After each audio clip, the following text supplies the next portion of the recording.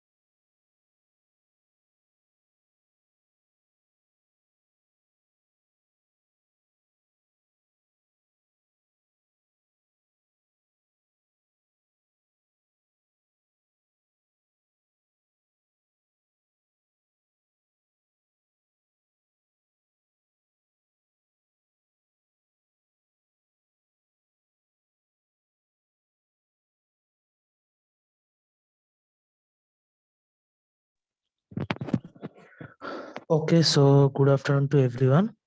So previously we have already in the theory class, we have seen the concept of the quicksort. So today we will see the programming of the quicksort, that how we can done the quicksort programming. But before the programming can be done, I have already said the quicksort concept in the class, theory class, but till now we will do the program. So that's why some concept should again be clear to you in front of you. So that's why I use this. So in quicksort, there is what? There is already, you have known that there is some partitioning is done. And in quicksort, what happens? We find the position first, find the position of the pivot. And after finding the position of the pivot, we will place the pivot in such a place that in the left side of the list, it will be what? Less than equal to pivot element will be present in the list.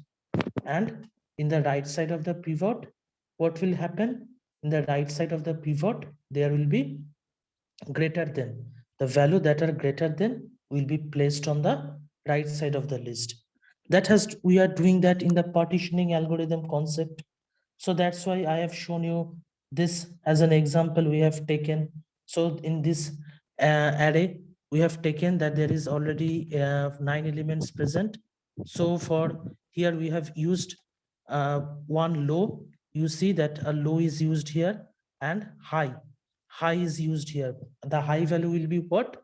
The high value will be the maximum any positive integer values.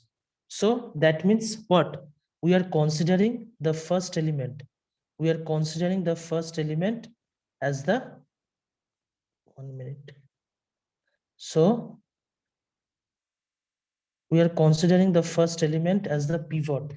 So that means we have to place this 10.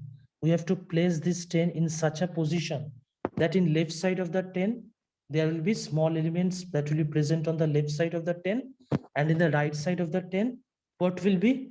The elements that are greater than of the 10 will be placed on the right side of the list.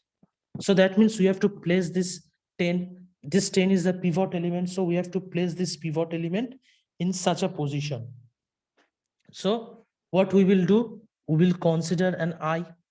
We are consider I, which will start from the low, and we will consider J. We will consider a variable J, which will start from high. So what I will do, I will check.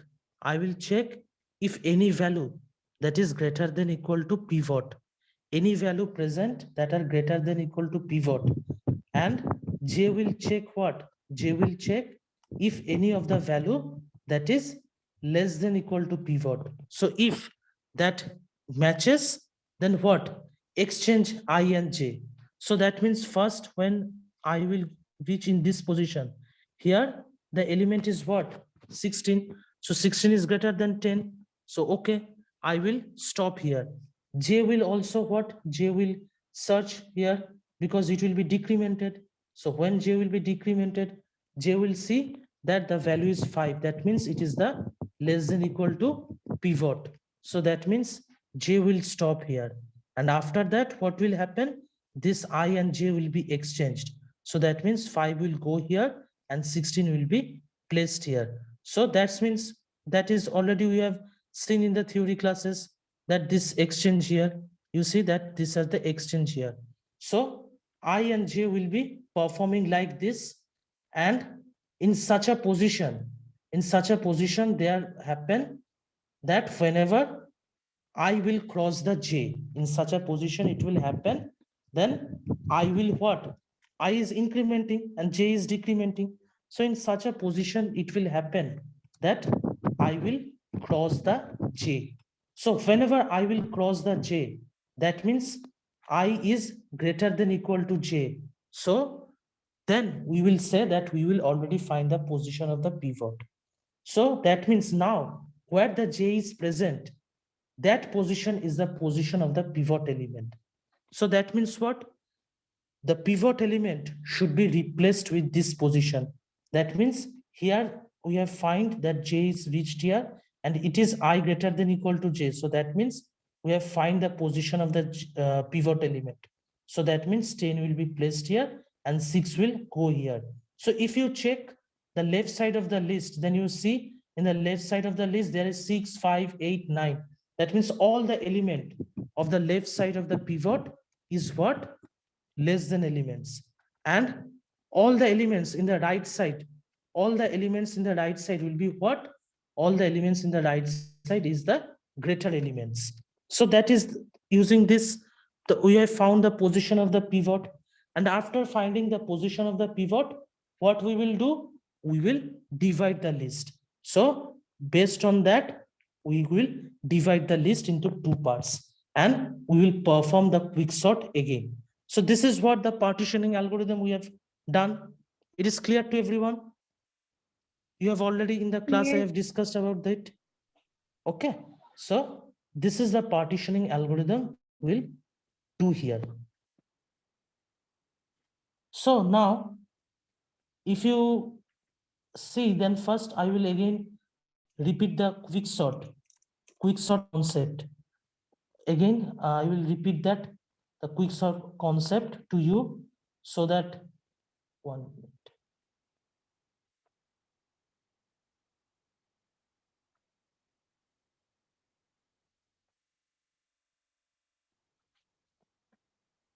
So that means now you have seen this algorithm previously, that in the quick sort, what we will take?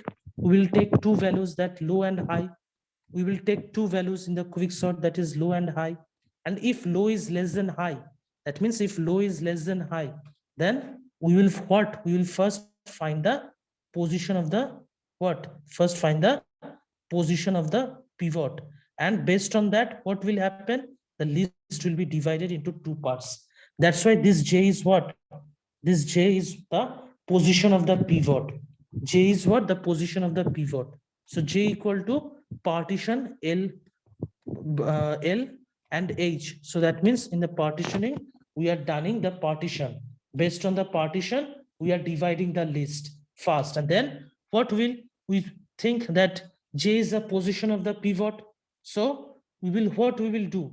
We'll first quick sort the left side of the list, then we will quick sort the right side of the list. This is our quick sort algorithm. So that means position of the pivot is found, and according to the position of the pivot, the left side of the list will be, we will do the quick sort in the left side of the list, and in the right side of the list, we will also do the quick sort. So that means this is recursively calling. This is recursively calling. That means what? There will be also a pivot element. We will use the pivot element, and according to the pivot element, the left side list will be again divided into first, in the left case of the left side list and the right side list, these two parts are divided. So that means what? That means we will do now we will consider the left side list. So it is also same recursive algorithm. So that means what? In the left side of the list, we again choose a pivot, and after choosing the pivot, we'll find the position of the pivot using the partitioning algorithm. And based on this finding the position of the pivot, so after that, this list, the left side list, will again be divided into two parts. Then right side of the list, in case of right side of the list, this same process should go on. That means we will find the pivot element in the right side of the list also.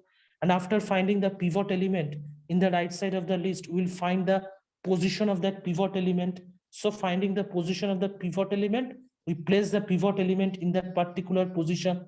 And based on that, the right side of the list will also divide it into two parts. We will, based on the pivot, we will divide this list.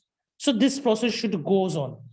Now, how many times this process should go on? This process should go on until we found a single element. Until we able to find a single element, this process should go on. So this is the concept of the quicksort. It is clear to everyone, the concept of the quicksort.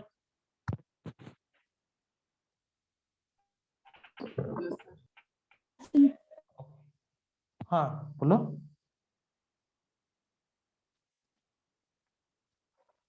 So this is the concept of the quicksort. Now, after seeing the concept, we will do what? We will do the programming of the quicksort. So let's start the programming of the quicksort. So first,